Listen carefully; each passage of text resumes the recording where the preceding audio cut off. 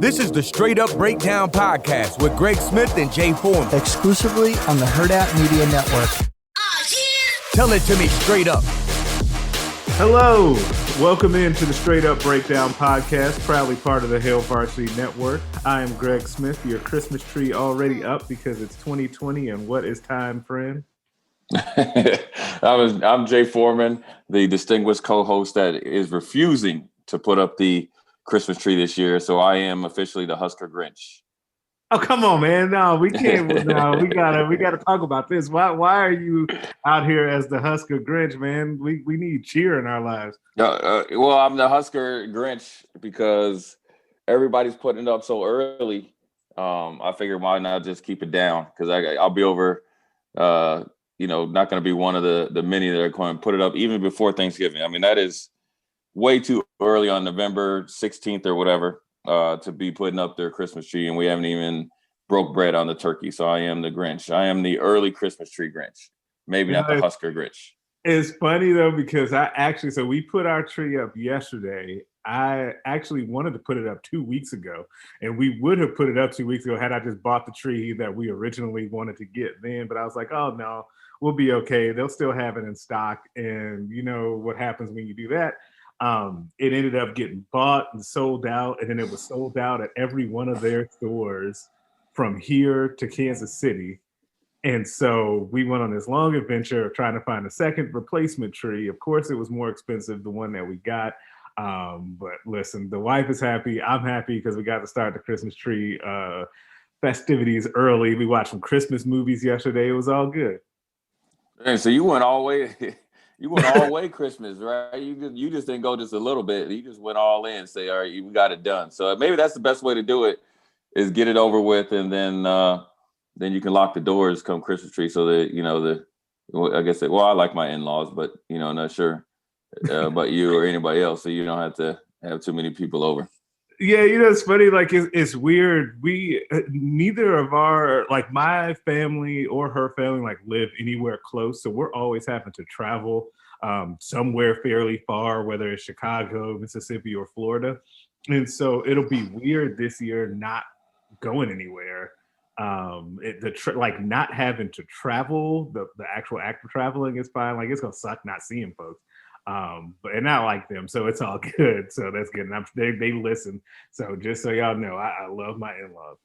Yeah, I mean, I like my in-laws too. They live close, so I appreciate them having them around. I got some, obviously, in-law. One of my in-laws is diabetic and stuff like that, so we have to be real careful, make sure not to expose them. So that's the only reason we want to be seeing them. But I know majority of people during holidays, they say that they like to. Keep the visits nice and short. But I actually enjoy it just because they all like football. They all like to take part in some libations, or most of them. And, we don't do any of the bad subject talks during the holidays. So we definitely, keep it light and cheerful. Yeah, that's always good. Now, listen, something that was not light and cheerful this week. Coach, speak to real talk. We start off each show kind of going through one of our mainstay segments called Coach Speak. We go over something that a coach, player, or a talking head said, and we give you the straight up breakdown of what they meant. Now, this week comes courtesy of Iowa head coach Kirk Ferentz, his first appearance on the show, I do believe. Iowa, if you didn't see, took Minnesota to the woodshed on Friday night, 35-7. When Minnesota was trailing by 6 touchdowns in the final minute, Gophers coach PJ Fleck called a timeout to draw something up and get something set up so that they could score and wouldn't get shut out, right? And so then Ferentz, Iowa had 3 timeouts left. They decided to use all 3 timeouts in the final 19 seconds of the game because he wasn't pleased with what PJ Fleck did. And so after the game, Kirk Ferentz said, we figured we'd take Floyd with us and leave the timeouts here. Floyd is obviously a reference to the trophy, the Floyd of Rosedale that you win for winning that game between Iowa and Minnesota. And then PJ Fleck was not thrilled about what happened. He said he had no idea about Kirk Ferentz trolling. So back to Kirk Ferentz about, they figured that they'd take Floyd with us and leave the timeouts here. So I got to ask you, Jay, why did he do that and what did he mean? Oh, what he mean was that we don't even need to use our timeouts, and we kicked y'all tail. and that's what it is. We figured that you guys were just going to be okay with us, kicking your tail, and we own the trophy, and definitely with some trolling, but it was definitely we're the big brother, because they beat them last year too, I think. So yeah, they the beat fact me that 5 or 6 times in a row, actually. right. Yeah. So for the fact that PJ Fleck took the timeout, which is, you can look at it both ways. Some people just say, look, just get the game over with, you lost. He wanted to score, didn't want to get shut out, which, I can understand his point, but then also I can understand Kirk Ferentz' points. He said, okay, if you want to be petty, I can obviously be more petty than you, and that's the Iowa program. And they just used all 3 timeouts just to get underneath their skin. Now, Minnesota ended up scoring, but Kirk Ferentz and the Iowa Hawkeyes got the last laugh, and they got the last laugh because they are now starting to troll people on social media, and they're playing pretty good football right now. And they flat out destroyed Minnesota, and so that makes it even better. So they got the trophy, they kicked their butt, and then they won during the game as far as being petty. Then they doubled down on it as being petty, and obviously in the media afterwards. So it's something that PJ Fleck is having a rough go at it, and I don't feel sorry for him. No, but I wish it was another team besides Iowa. Yeah, the funny thing is that you don't feel sorry for him. Nobody seems to feel sorry for him outside of Minneapolis, right? Like, it's one of those things where, weirdly enough, and I don't listen. I think I know why. It's because he's so out there, and they had their good season last year. And there are a lot of people around the league that think that was kind of a flash in the pan. But they're not the first team to take shots at Minnesota, right? Like, Maryland did that whole thing after they beat them, where they had that social media graphic. I forget if they were the ones that did boat sunk or whatever. Somebody did that. So it might be a couple more teams that have trolled them as well. People just seem to really like beating Minnesota. Like, it's just a thing this year where I don't know if when Minnesota was winning those games last year that they were talking a lot of mess during those games or what was happening, but teams are really enjoying the fact that they're catching them on a downswing this year, and they're definitely letting them know about it, which is really interesting because you sometimes see it where like one big rivalry team, like when Ohio State and Michigan play, and Ohio State acts like there's no chance that Michigan's going to beat them because they never really do, right? Like, you kind of get that. But you usually don't see it between kind of random teams like Maryland and Minnesota. Iowa and Minnesota are a rivalry, so you see it a little bit more. But Kirk Ferentz has not really been one to do stuff like this. So it just seems like everybody is reveling in the fact that they're being able to beat up on Minnesota right now. Well, yeah, because PJ Fleck is the type of person and the type of coach is when you have success, he takes it way too far. And everything he does is about him, but he tries to massage it like it's about the team, right? Mm-hmm. The whole sprinting down the sideline, from I think the third to fourth quarter, jumping, doing the like wave or whatever after every time they win, taking his time, getting in the locker room where the guys can't take their pads off and they got to sit here and wait for him not only to do interviews and then figure out how he's going to get, on social media of him jumping into the players when the players should be celebrating amongst themselves. And I know Scott and those guys did it, but it's always about PJ. And you know what? He's just one of those guys. He's a lot like Jim Harbaugh. He comes in and he's a big personality and comes in like a tidal wave, but you rub a lot of people wrong throughout the years. And that's why you see him at places about 4 or 5 years max, because what his personality and what he does only can last for short stints, even though he's done a lot of good things up there in Minnesota. And I will give him credit there where, he's brought somewhat of stability to the program and notoriety, but his personality gets in the way, and that's just who he is. And you know what, he's not going to change, but he's also the guy that everybody likes to beat up on because, when he's winning, it's arrogance, it's cockiness, but then it's overboard. And you can see right through it. Generally, the people that have been in sports and been in the media business and been in college and pro sports see right through it. And then, when Maryland beat him pretty soundly, they start trolling them. So I think everybody's getting their shots in when they can, because the Gophers were thought of as the preseason darlings, right? But right. But they told on themselves when he didn't want to play. And you heard about stories of guys going home, them cutting, their program or athletic department, cutting their scholarship money or the per diem money or whatever you want to call it, guys coming back and they just didn't look good. Then he didn't want to play. Then he stepped out there, and I'll give him credit where they, with the first game against Michigan, they had 5 or 6 guys out with COVID, good players, and still out, I think, maybe a couple guys, especially on their offensive line, which is kind of what makes their team go. Yeah, that's and they went out there and competed, unlike some other teams up there in Wisconsin where they kind of, massaged the rules and figured out a way to kind of, pick and choose who they wanted to play and try to back their way into a Big Ten championship. But at the end of the day, they got destroyed, and it's always a good day when Minnesota loses, and it'll be an even better day when Iowa starts losing again too, as well. Right, and it's really interesting. It's funny because you said, people like they either have been in football or have been around in media for a while, kind of understand what's happening up there at Minnesota when it comes to just how in front of the program PJ Fleck is, and that's something that I've always noticed about what he does.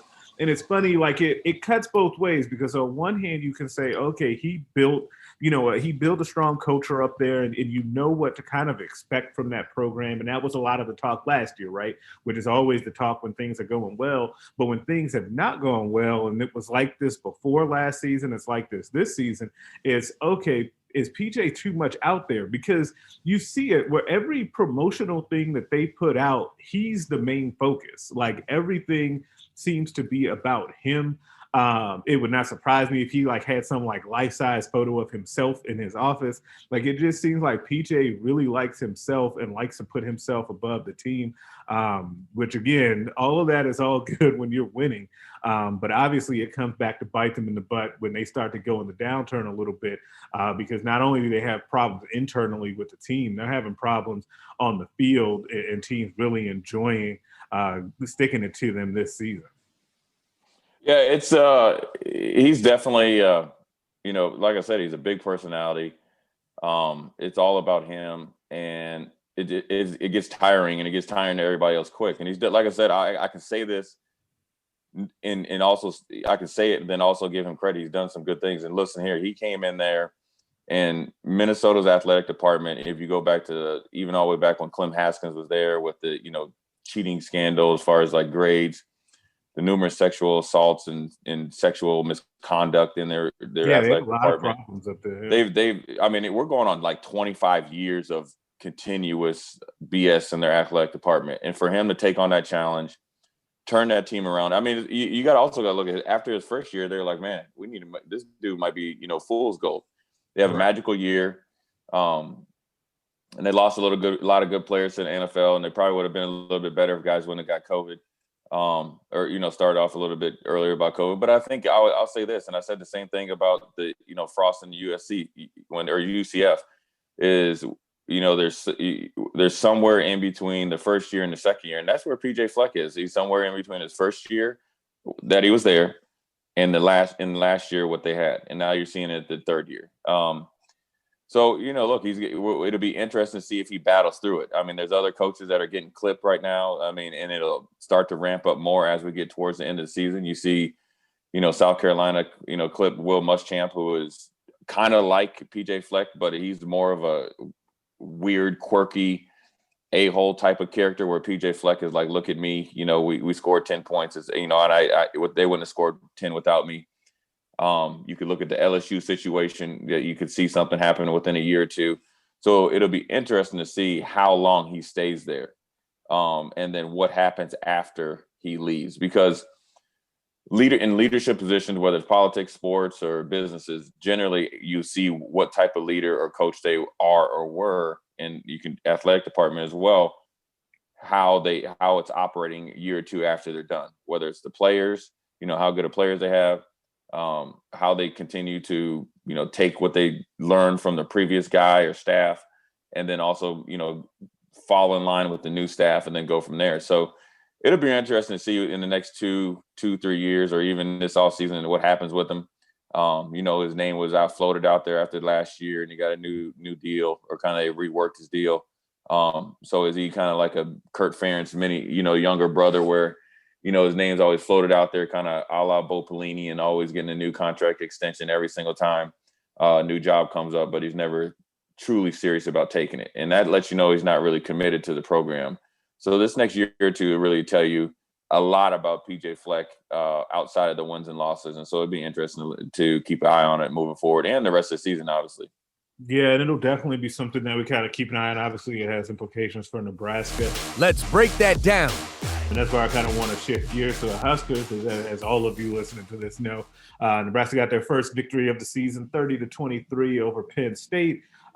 We had the debut of redshirt freshman Luke McCaffrey, a quarterback who got the start over Adrian Martinez after Nebraska put out their quote-unquote projected depth chart before the game. And you can hear it in my voice. I really dislike these shadow games with the depth chart, but that's a different subject for a different time. I guess it kind of worked, though I don't know how many points that's actually worth. But the Huskers got the victory. And I actually, where I want to start with this is that I actually want to make an analogy here. I think the Huskers actually need to be a little bit more like Bane, okay? And stay with me here. Bane from Dark Knight Rises, where do you remember the scene, and a lot of you do, when Batman kind of finally reckons with who Bane is and the guy that he's going up against. He's sitting in the cave with Alfred, and they're watching that video of Bane attacking the stock exchange, right? He's hitting the dude with helmets. He's going crazy, his ferocity, his speed, his training, right? And Alfred says he sees the power of belief in Bane, right? That's what Nebraska needs, and that's what they need going forward. That's what they needed to finish this game. You saw it with some of the comments that they had in the post game, especially with the defensive players saying that they wanted to be out there, that they thought that they could do it. They wanted to be the ones to finish this game because they played a good game overall. But that's exactly what we've been saying that Nebraska needs, that power of belief. And now we get to see if this one victory can really start to get the ball rolling for them as they hit kind of an interesting part of their season. You don't want to go too far ahead or look too far ahead, because with the weird year that 2020 has been, you definitely can't get caught looking too far down the road. You really, really need to take it week by week, as the old adage goes. But it was a good win for Nebraska, and they got the ball rolling, hopefully, for the program. Yeah, I mean, look, right now, obviously it wasn't the most pretty win. Obviously, the second half is obviously something that we'll dive into. But right now, where we're at as a program, we need wins. And I don't care what they look like. They could be 10-9, 11-10, or 60-59, or whatever the scores are. We need wins. And one of the things that Scott said that was really, really, telling, this is obviously, I know this from, coaching kids and kids and people or kids. Athletes are a little bit different than, say, when I grew up, is that you get their attention more when you win. So everything that he's been preaching for, 5-6 weeks or 8 weeks or however long it's been, really came to fruition. Keep your nose to the grindstone. Keep working at it. We'll get it. It'll come. And then finally they pulled one out. And it lets you know that they got a pretty good leadership and foundation in their team after losing that game against Penn State last week. That's it's hard to come back and play, or not against Penn State, against Northwestern last week, to come back and beat Penn State, who is a desperate team, who has some athletes, and they're just not playing really well right now. So for them to come back and answer the bell, yes, it was at home, but just to answer the bell was really, really huge for them. And it didn't look pretty at times. It started out fast, and I think they really got on top of Penn State and what we talked about they needed to do. They needed to get up on them by 10-plus points, and they did. And they held on, and the defense went out there, which is a really, really good sign, because the defense has been our best unit and our most consistent unit all 3 games. And so it's good for them to have to stop a drive, make a big play at the end. Obviously had troubles pass rushing all day, but they got home. And so that lets you know that they will continue to work at it. And look, Penn State, even though they're winless, is a tough test. I mean, if you're looking at Indiana, who's kind of like the Cinderella story of one of them of college football right now, if not the best one. Penn State dominated that game from a yardage standpoint and from a eye look standpoint, right? And they really did it at times in this game. For majority of the game. I mean, they almost doubled the yards in Nebraska. Yeah, especially in the second half. Yeah. And especially in the second half, which is, that lets you know they turned it up. They made some adjustments, and they just haven't been able to win. So, they're not the ordinary winless team. And so this is a hard out. When you got 2 teams that are winless, they're desperate, and they both have not done what it's taken to get over that hump. And you look at even back when Penn State played Ohio State, they played them pretty close before Ohio State kind of, turned it on and separated themselves, but it still was not a true blowout indicative of the score. And so it's a bigger victory from a mental standpoint as far as Nebraska versus the points, right? And so this now where we're at, right, we enjoyed it for 24 hours. Now we're into the work week. I'm sure they've broken down the tape, I think, on Sunday. Monday, they got to get back in there and try to look towards Illinois. Now what they have to do is show the maturity that you need, right? And double down on the maturity. Because you remember we talked about the defensive line from the first game to the second game, showing us that what we saw the first game was for real because they played well against Northwestern. Now, in the big scheme of things, now we have to see this team as a whole to take the next step and deal with success and show the maturity to come back this week and put the same effort and even more into this game and go out there and play an even better game, which shouldn't be that hard, right? Because you played a good half.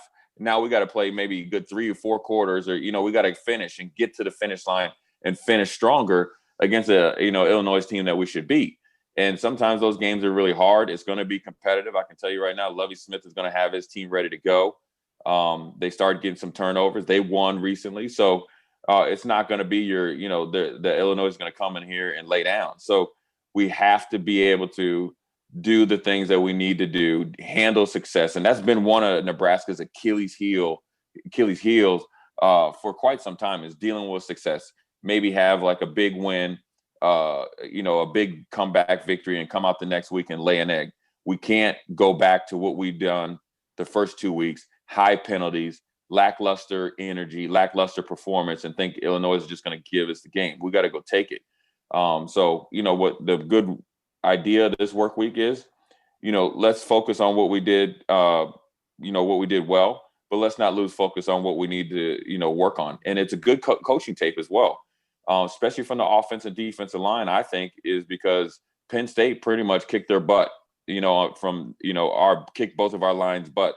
And we were able to kind of step up and kind of execute when we needed to. But overall, Penn State's defensive line gave our offensive line troubles. Penn State's offensive line, from a physicality standpoint, was maybe at the most physical offensive line that they've played, and they had a lot of nastiness to it. So it's a good learning experience for these guys, because we got a lot of young guys playing. It's a good teaching tape, but then also it's a good motivator too. We said, look, we stood up to this team and we were able to beat them. So now you've played 3 different types of offensive lines. I don't know, I'm just talking about the defense. You played like a physically imposing one from Ohio State that is, you got 3 or 4 pro guys there, right? So you got some guys that coming right out of the gate that know how to play. Then you played a more technically sound and kind of savvy one from Northwestern. And then you played some guys that you're young and have grit and they want to fight you. So now you can say that, look, we're prepared for anything. And this is how we play against one team. This is how we play against another. Now we got to be able to play against all 3, and we take that to the game and we got to improve on it, because this is a big game for our defensive line where we should be winning handily against Illinois' offensive line and really control the game. And so we have to step up. Not only 1 step, but 2 steps to pull out this victory and then go into the next week, 2-2, and that's going to be even bigger game. Yeah, and it's really interesting because Nebraska, what you said about Nebraska not having that letdown, because my initial thought is that they will not have that letdown because of how long it took to taste that success and to taste that victory again after. And I go back to something that Scott said a couple of weeks ago about how they've practiced more than any team in America. Like, I feel like that adds up when you've practiced that much without being able to see the fruits of your labor on the other side. And it had been almost a year, right, since they had actually won a game. And now that sounds really crazy, and it is. A part of that is just because of the wonky schedule, right, and all of that, after missing a game earlier this year and then losing the first couple that you got to play. But they also it's like we were talking about the Indiana thing and how Indiana is maybe the darling of college football right now. Northwestern is not that far behind on that scale either, and Nebraska really should have beaten them.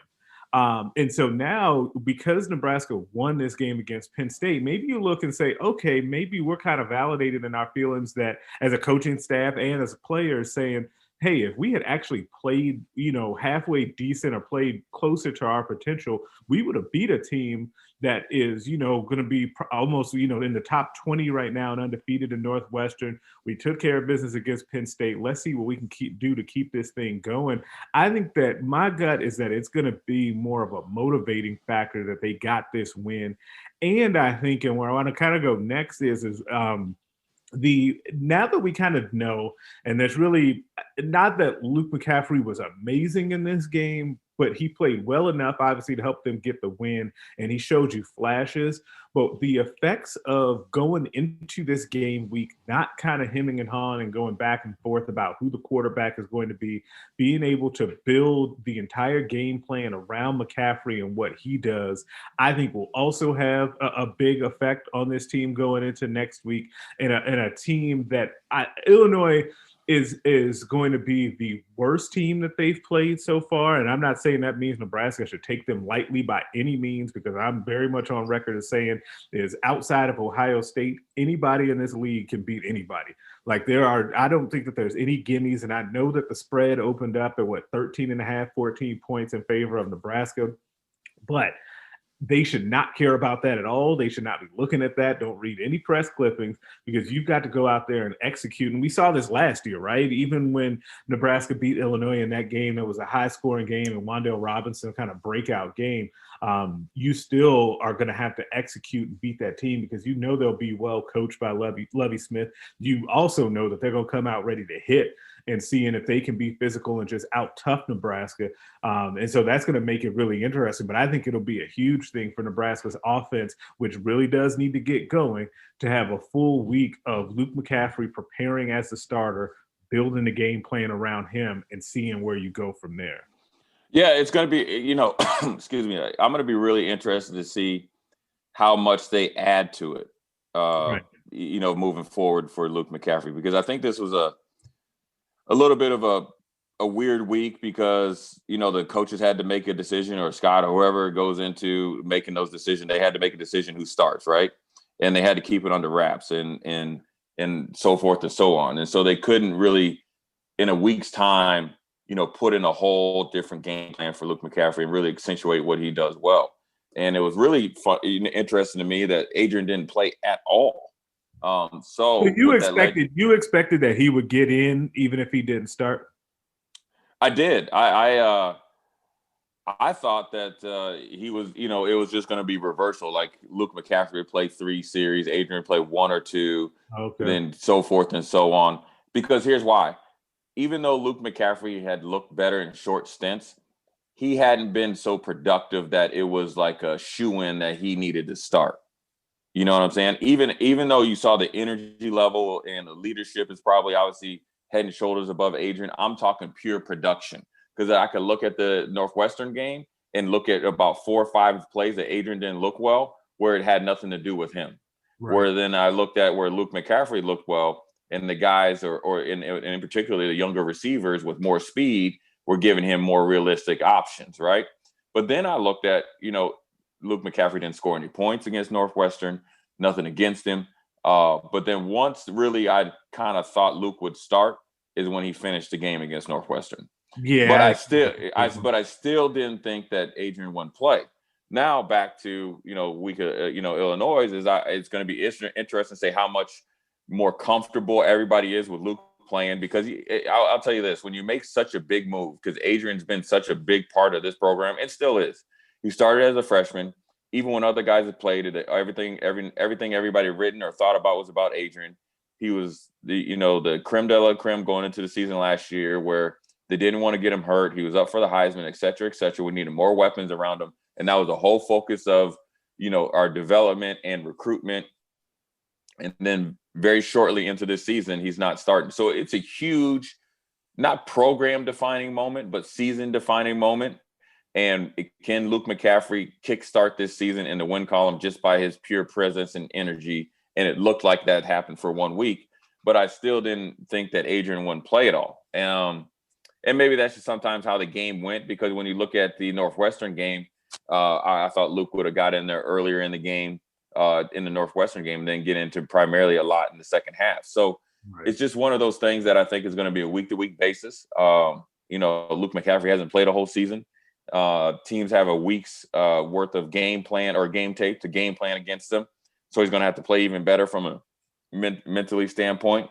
And they're going to have to expand their offensive playbook against Illinois. Because if you think that you're going to quarterback run game to the tune of 13 carries, 78 yards, and have Wan'Dale Robinson back there for 16 and 61, and only have 152 yards passing, is probably not going to work out too well. We'll still win the game, but it won't look like we need to look like we want to, because when you have your running backs have a total of 9 carries, for 25 yards, we need more production out of that. I know Wan'Dale Robinson played running back a lot, and I don't know if Dedrick Mills was hurt or what was going on. But at the end of the day, we need to start getting that running back run game, dialed up, because teams will adjust to Nebraska. They will start sitting on the receivers, taking away their first option, and start taking away the quarterback run game. And so we got to expand into it. And there's no time like the present against Illinois, a team that's given up big plays in the passing game. But we got to be more diligent in how we go into this game, because we can't continue to do what we're doing and think we're going to have success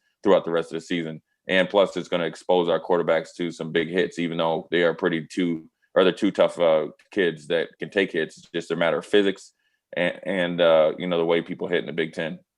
Yeah, and it's interesting too, because Nebraska will have to find a way, and I feel like this is a broken record, and I guess it's going to continue to be until they actually do it. And Scott said it again after the game, is they've got to find a way to generate big plays, because that's what this offense is designed for. So the version of this offense that we're seeing right now, where you say, okay, as a total, they ran the ball 39 times for 146 yards and averaged 3.7 yards a carry.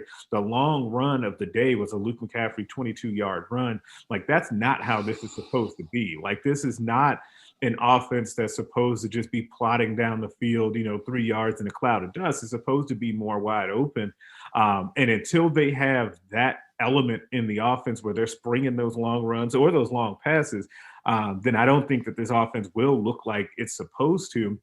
But also, you're running into a defensive staff this week that will coach. Illinois is going to be well prepared to do what you said, was take away that first option, and to they're going to make the wide receivers of Nebraska prove that they can go out and beat one-on-one coverage, which is what they should do. Now, we've seen Nebraska go more towards those young receivers, and we saw Xavier Betts get in there and get that flip pass for the touchdown, a play that he ran. I don't know how many times I saw him score on that play in high school. You saw Marcus Fleming get out there some more. You saw some Alante Brown as well. So they're starting to ramp those guys up. But I still wonder if we aren't going to see the light fully come on for this offense until you really see those guys take hold out there. Because you're just not going to be able to have a lack of separation athleticism out there and then be able to consistently beat good Big Ten teams, even as well as the defense has played over the course of this season, especially in stretches. Think about how this game goes and how much better the defense ends up looking if, instead of having to be out there for those 90 plays, they were out there for 75 because the offense had done a little bit better job, right? That sort of stuff adds up. And that's why I kind of want to go to next about the defense, in that I think, and you mentioned this earlier, that the defense has been the most consistent portion of this team, and I totally agree. And I think that we're at a place now to where when the defense goes out there, I don't necessarily expect something horrible to happen or some big bust. I feel like they're playing a lot more fundamentally sound. They are flying around to the football a lot more. You see gang tackling out there, more hats to the ball, as Chenander likes to say all the time. I've been really impressed with what we've seen from the defense. And I thought Saturday's game was the first time where we saw glimpses of the secondary that we thought we were going to see coming into the season, especially the way that they played Penn State's best receiver out there as well, Jahan Dotson.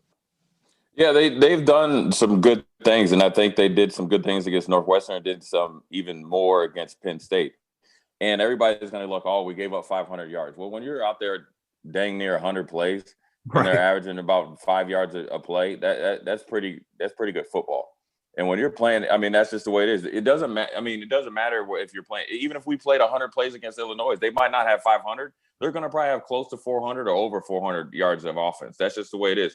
If you're able to run 91 plays, that's a lot of football plays. Now, conversely, all the things that they did well, and I think the defensive backs did a really, really good job and I think, in my opinion, on an NFL receiver, on one of the best receivers physically in the Big Ten, and Dotson, who really took, Ohio State to the woodshed. And what they did, what I really liked, even from a schematic standpoint, and I haven't talked to Shenander or to think, but just from a schematic standpoint, what they said was, we're not going to let your best guy beat us, right?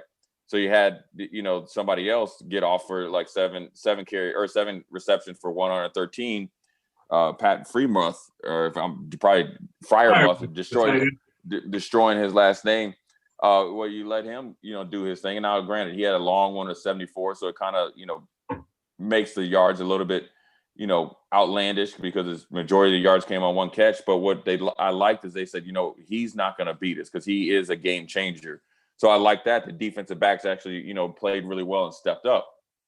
Conversely, the thing that I would be harping on this week for our defense is third down percentage. And the reason why is Penn State, reason why they were able to have 91 plays is because they went 8 for 17 on third down, 3 of 5 on fourth down. Now, look, I know some of those were 3rd and 1, 3rd and 2s, where those are pretty much the offense should get them every time. But I'm talking about I think it's 4 to 6 of them that were 3rd and 4 plus. We have got to start winning more of those, right? So that means we got to have better communication, play routes a little bit quicker, and get some more detail in our pass rush lanes, because the quarterbacks hurt us with a little bit of scramble as well. So those are two things. Those are the things that I would probably harp on. Look, our effort was good.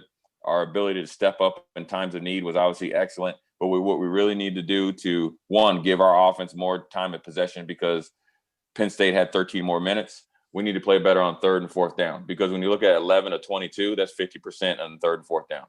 I mean, that's something that Nebraska's defense has got to get a little bit better at. But I will say this is that the offense, needs to be a little bit better. So it kind of works hand in hand.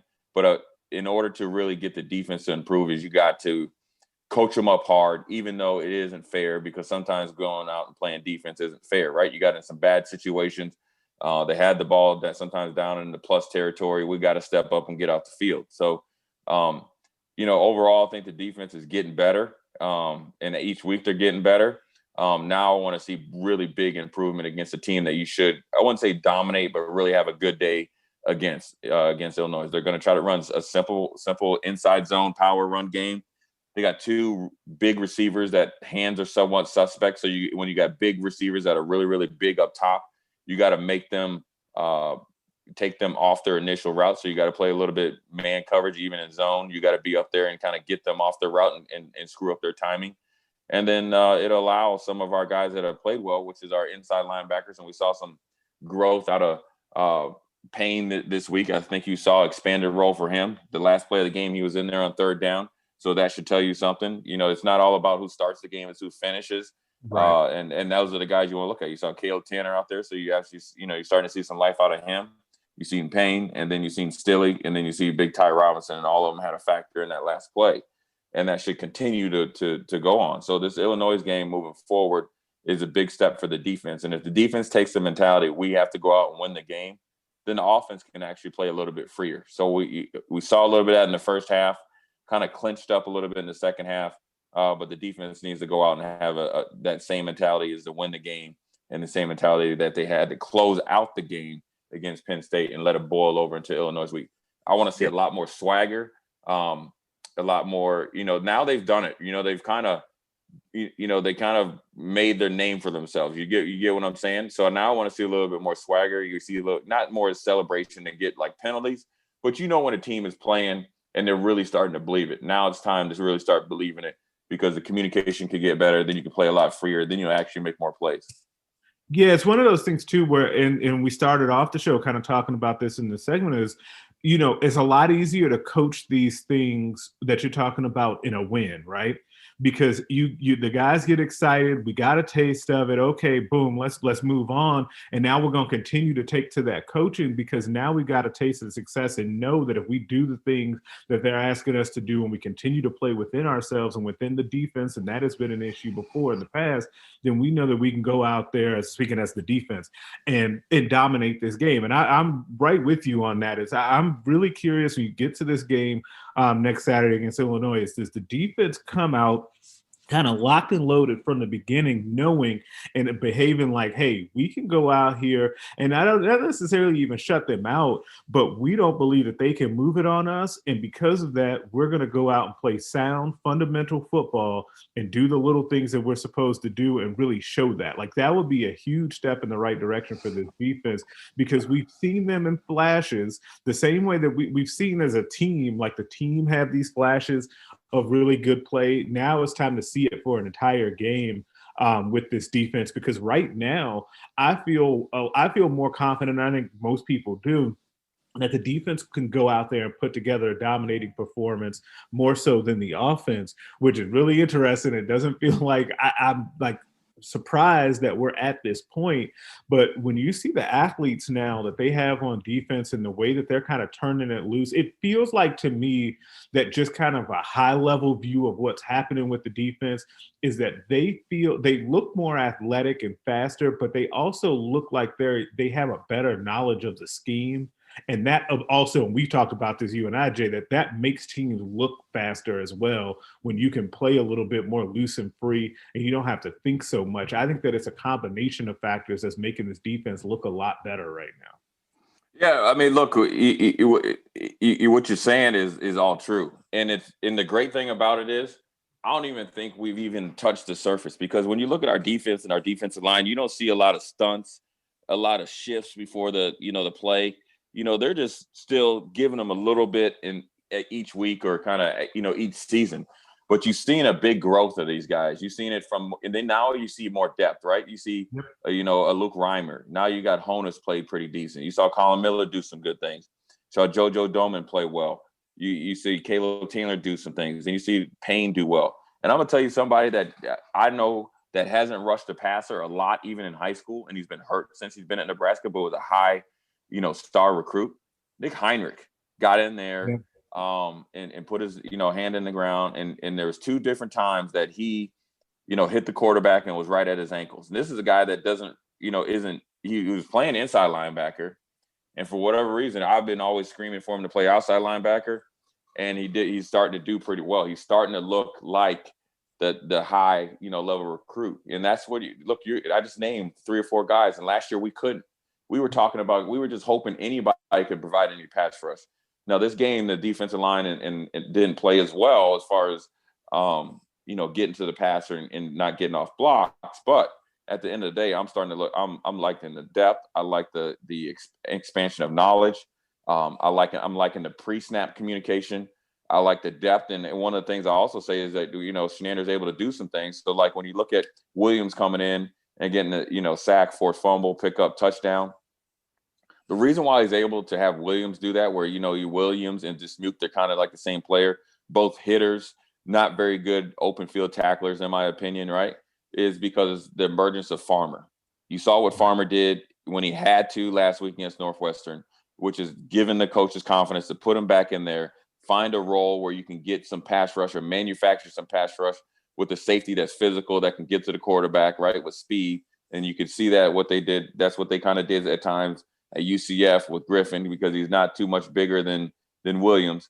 Then you saw a corner blitz, right, because the safeties are more detailed in their assignments, and they played with good technique, high and inside, not letting anything, beat them over the top. With the corner blitz from the boundary, you got a little bit of pressure there. So they have different things that they can expand on and do. But you can't do it without players really diving into the playbook and really going out there and be willing to play a role and play different roles. So now you're seeing everything that they'd like to see on defense, and it should just get better every single week. And I said it before, this week against Illinois will tell me a lot more about this defense than the first 3 weeks. What it'll tell me from a mentality standpoint is this defense willing and able to handle success. are they willing to able to go out there and put in a good performance when they have to? And like you said, there's 1,000 more percent confidence in our defense and our offense right now, regardless of who's at quarterback and how many, how much more energy Luke McCaffrey has gotten. And that's why I said, Adrian should probably still be playing, or I'm surprised he's not playing. So at the end of the day, the defense rolling up there knows what they have to do. It's a home game. So they should feel comfortable. They kind of got the first win out of their way. The defense, in a lot of ways, has won the game. Obviously, they're on the field last. And so they should take a pride in themselves to go out there and have a good performance, a dominating performance against Illinois. And what does that look like?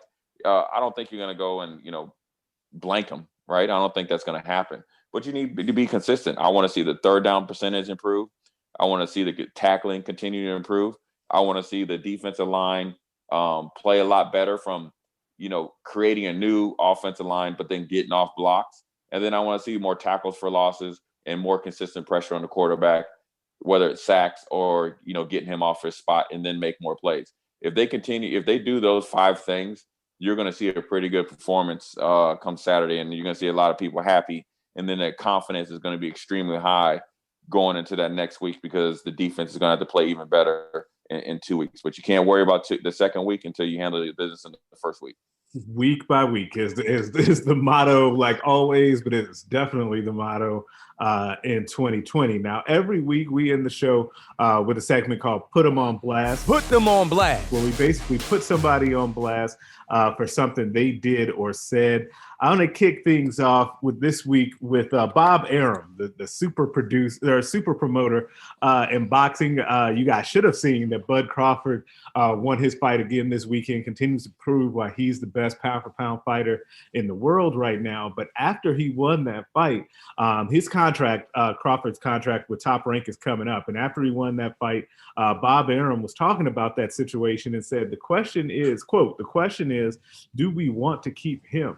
I could build a house in Beverly Hills on the money I've lost on him these last 3 fights. A beautiful home. Nobody questions Crawford's innate tremendous ability by beating a naturally bigger guy decisively. That's a big statement that he's making.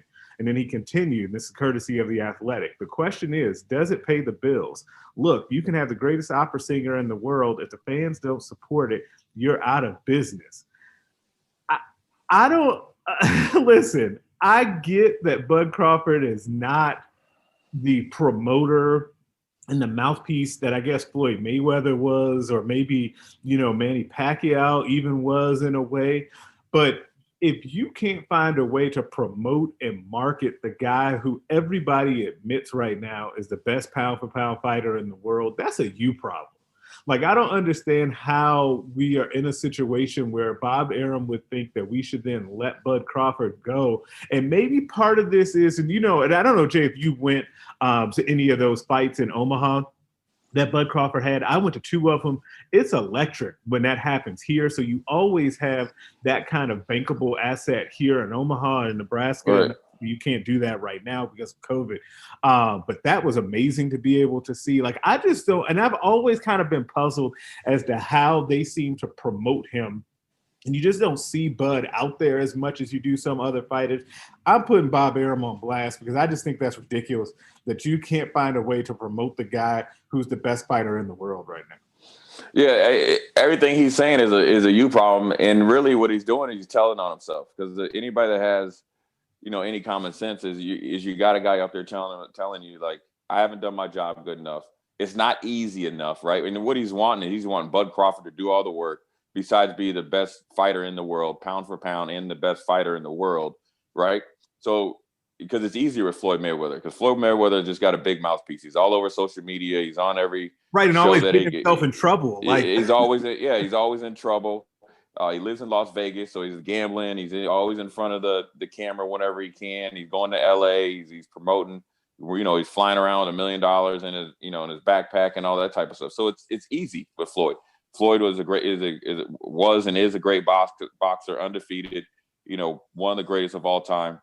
Big mouth, like even bigger than Muhammad Ali. Flamboyant, big personality. So Bob Arum didn't have to do anything. So now you have Bud, who's not Floyd, but in my opinion, just as good as boxer, right? He's going to go down in legendary. I'd be very surprised if he ever loses. So you got the best fighter in the world, and then now you're saying, well, it doesn't pay the bills. What it doesn't do, and this is what he means by not paying the bills. What it means is it's not easy money, and I have to go to work and get off my what. Yeah, I gotta actually go do stuff to promote. I gotta actually go do stuff. I gotta return phone calls. I actually gotta make fights. I actually gotta promote the stuff that he did early in his career. He doesn't want to do it. And Bud has a personality that's sellable, and it's something that he hasn't got out of his out of his own little box to do, because he's been working with Floyd so long. So it's kind of been easy. He just sat in front of Floyd and said, okay, what's the share? Okay, you need to promote it. Okay, Floyd is like, I'll do this, I'll do this, I'll do this. No, from a business standpoint, you're dealing with Floyd, who knew how to promote it, and he just reaped the benefits. So Bob Arum is pompous when you say that, right? Yeah, and it's crazy, because the thing, to me, the sellable thing about Bud Crawford is that he's a worker, right? He's just a guy. He's a guy who outworks everybody. Now he's extremely talented, naturally gifted, but he is the best. Like that's what you're selling. Like, in the fact that you, like you said, really just want to take the easy way out, because you know that Floyd, like in the case of Floyd Mayweather, will say something outlandish or do something crazy that will get people talking about it. So, like, you should be able to sell greatness. We're not talking about a guy who's pretty good. We're talking about a guy who's all-time great. Like, it's ridiculous to say that you can't promote that. Like that, like we said, that's a you problem. Now, who do you want to put on blast? Well, I'm gonna put this guy on blast who's made his way around the NBA. Has worked himself into a Hall of Fame player, but also I think he's a Hall of Fame I wouldn't say bad teammate, but a Hall of Fame loser in the playoffs, right? I think he's the ultimate regular season champion, the ultimate ball hog. But he's probably, if he's maybe, or not maybe, he's probably one of the top 6 one-on-one players of all time. But as you know, in basketball, which we all love, is a team sport. Okay, that's why you called LeBron James King James. I am putting James Harden on blast, and here's why. Here's why. He's made himself into a superstar in Houston. He's had Dwight Howard, right? When Dwight Howard was still playing really, really well, ran him out of Houston. He went up there and got him out of there. They got CP3, who is is going to go down as one of the best point guards of all time, one of the toughest guys of all time. They couldn't beat the Golden State Warriors. I know CP3 got hurt, but James Harden in the biggest games has always magically went 4 for 20 and 1 for 10 for 3-point range after hitting all types of threes in regular season. And then they traded and got Russell Westbrook, right? His homeboy, right? They got Russell Westbrook was, the starter at OKC, and James was coming off the bench, et cetera, right? Russell Westbrook is the ultimate warrior, because he plays hard regardless of, whether he's playing in the YMCA, the rec league, or obviously in the NBA finals or any type of regular season game. Now James Harden, after they fired his boy D'Antoni and the ownership wouldn't pony up for Tyronn Lue, right? Give him the money that he want, or the structured contract, or the authority, he went radio silence on the Rockets. And now he wants to go play with the Nets. Now he wants to find an easy way to go and assume, Kevin Durant comes back and is 80% of the superstar player that he is with Kyrie Irving, and go out there and try to, be I don't know, where do you be, the third wheel in a championship. And all of a sudden now he wants to go play with the New Jersey Nets. Then he's going to get there. Then it's going to not work out for him. Then he's going to want to go somewhere else and move on from there. He had a reason why I'm putting him on blast is because he has to look at himself as a player, and everybody's done it. LeBron did it. Kobe did it after Shaq left. Jordan did it before he could win a championship. Kevin Durant did it when he got to the Golden State Warriors, even though he still was, I think the best player on their team. Steph Curry and Clay did it because they have to, play lesser roles on a night when Steph Curry is going off or Clay. They both know that they're superstars, and they got a third superstar out there with Draymond Green in a certain way. He's never done that. He's a ball heavy handler. He's a dribbler. He's a isolation type of player. And that only works in the regular season. So instead of trying to go to another team, go to management and say, how can we build a team around me, with me, that can help win a championship, versus trying to go join another ball heavy player in Kyrie Irving, which is a one-on-one player, and get with the best or one of the best all around players in Kevin Durant and think you're going to win a championship. Because ultimately what's going to happen is one of those two, between James Harden and Kyrie Irving, if this deal goes through, is going to want the ball and want the credit, and it's not going to work out. And it's going to be an implosion. It's going to be a dark spot on James Harden's resume. But I'm just putting him on blast because, you know, instead of getting better at the things that you know you need to get better at, you want to continue to do what you've been doing, and it hasn't been working. So I think that's the definition of chaos or whatever it is. But he just seems to be the type of player that he sees everybody else winning championships and doing it the right way. And he wants to think that, oh, okay, I'm going to do it my way and still win. And it just won't work out for him. We've seen it with the Clippers. If he goes to the Nets, you're going to see it in the Nets. And it's going to not work out well for James Harden. So I would put him on blast. And if I was advising him, I would take a pause for the cause and figure it out doing it the right way. And it might not happen this coming season in Houston, but in a year 2 or 3, they can get it done if they go about it the right way. Yeah, it's crazy because I guess, behind the scenes expressing that the Nets are a team that he would consider going to, feels a lot to me like he might be interested in that. Maybe Kevin Durant would be interested in that. I don't think Kyrie Irving would have any interest in being in that situation. Like, I just don't think that I couldn't see Kyrie wanting to do that. And part of the reason, and I would be surprised that Kevin want to do it, and part of the reason is something that you hit on a little bit there, which is Harden has been unwilling to change his style of play to help the team have ultimate success. And see, the part of the problem to me with what was happening in Houston and what might continue to happen, because I don't know if the trade will end up happening because it's just going to be really difficult to do, is that they are really good in the regular season. They run up a lot of points. He can be in the MVP conversation. And so maybe you get kind of fool's gold, or you get fooled into thinking that that's going to win you a championship, but it's not. It just, the way that he plays that isolation ball, it just makes it easier when defenses really lock in the playoffs, and you're facing really good defensive teams like they faced when the Lakers broke them in the playoffs, is that those teams are able to shut that down, right? And so it just becomes a really big issue. And with him, if he was more willing to play a little bit off the ball to make his teammates better, it would actually benefit them. But he just seemed unwilling to do that.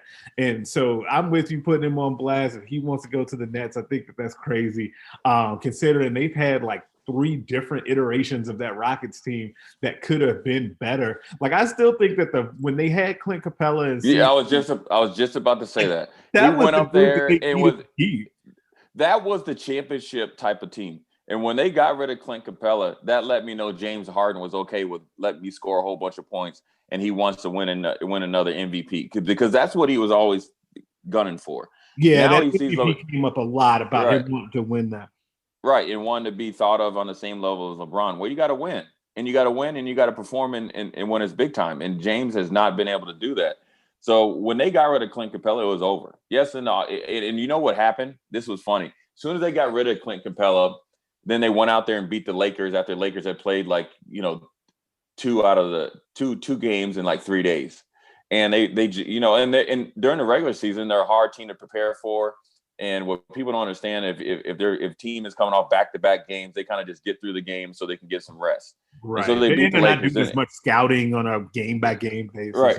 Right. And people don't understand it. Then it came shockwaves. Oh, this could be a way of the future. They can give everybody problems. Well, yeah, for the odd game where you're hitting 40-50% of your threes, yes, you're going to be a matchup problem for everybody. Even if you play the San Antonio Spurs when they were one of the best defensive teams of all time, or the Detroit Pistons. But what you can't do that in a 7-game series. You can't do that all season. And that's what you see from James Harden. He spends so much energy in the first 2/3 of the season. That last third of the year, he wears down, because he's the type of guy that the first thing that he looks at when he walks in the locker room is his stats versus did we win. He's not the type of person like LeBron that'll go out there and play the same amount of minutes, kind of save himself and be okay with scoring 16 points, 8 rebounds, 6 assists, and a couple steals, and be just happy doing that. Because he knows at any time that he feels like it, he can put 36, 12, and 10, and 8 blocks or whatever else you want up to it. James is never going to be like that. He can't go to a team, in my opinion, with a superstar top 5 player like Kevin Durant. So that'd be like Kevin Durant, Kevin Durant, LeBron, a Kyrie, or I wouldn't say Kyrie, a Kawhi or somebody like that, or like a Luka. And then you have a Kyrie who is probably anywhere from like 6 to 10. So you got 2 A players. He can't be the third A player because he doesn't know how to play off the ball. He barely plays defense, and he doesn't distribute a basketball. With his dribbling skills and his like handles, which I think are one of the best in the NBA, he could easily average 10, 12 assists and maybe average 6 less points. But he won't, because all he wants to do is shoot, and he wants to be able to draw fouls and do all that type of stuff. But when you have to win championships and make plays down the stretch, you got to be able to run offensive sets, and you got to be able to execute. And sometimes it's not about you scoring. Absolutely. All right, we're going to leave it there for this episode. Make sure you guys subscribe to this podcast everywhere you listen to them. Rate us, review us, and leave us a 5-star review. If you leave 4, I am inclined to think that you're a hater. Make sure that you are checking out the other podcasts on the Hail Varsity Network as well. The Mind Your Own podcast, Varsity Club, More to It, and the Hail Varsity Radio Show. You can also email us at straightupbreakdown@hailvarsity.com for any questions, comments, or concerns that you may have. Or you can find us on Twitter at Greg Smith HB and at Foreman5644. We will catch you next time.